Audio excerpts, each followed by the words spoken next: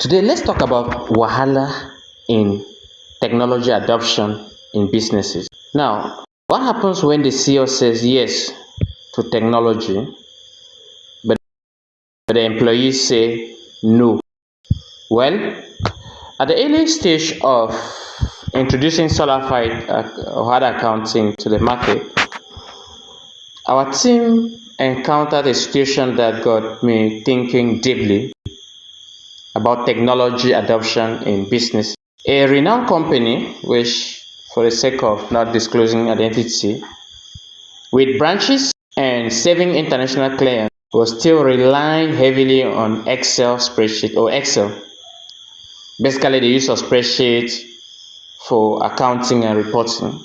The consequence was that the business had significant delays as reporting was concerned.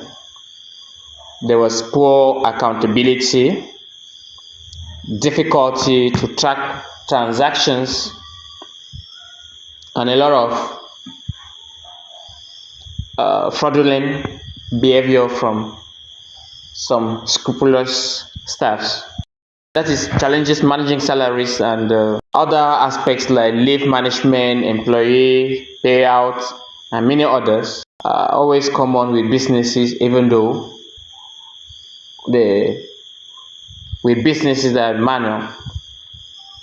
So, like this business, what happens is that they hired a new employee who recommended Solafide. The employee could not understand how a business of that magnitude, generating millions of revenue per month, was operating in solo spreadsheets.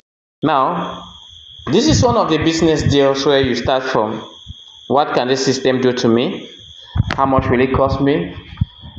Give me a discount, and wow, pay. So immediately the demo was presented. The Solafide team took time and walked through the CEO. His response was, wow. For a CEO who often travels a lot, the ability to know what is happening in the business without physically present is certainly very, very important and sometimes primordial. Need to be made on time. The decision needs to not to know what is happening, and so getting a system becomes very, very useful. The decision to onboard Solafide came very sharp. The training was done, the team was ready, and the implementation went on. However, like we said, wahala in technology adoption. We're not ready to change the way they had operated. They were very comfortable with the old system. They knew how to use the Excel.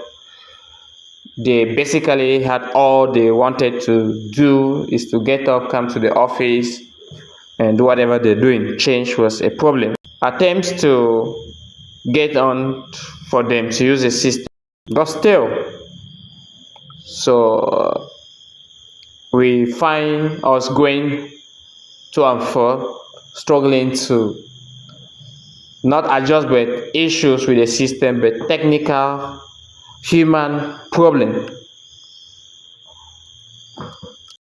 Unfortunately, it wasn't an easy task, and suddenly the CEO faced a difficult choice.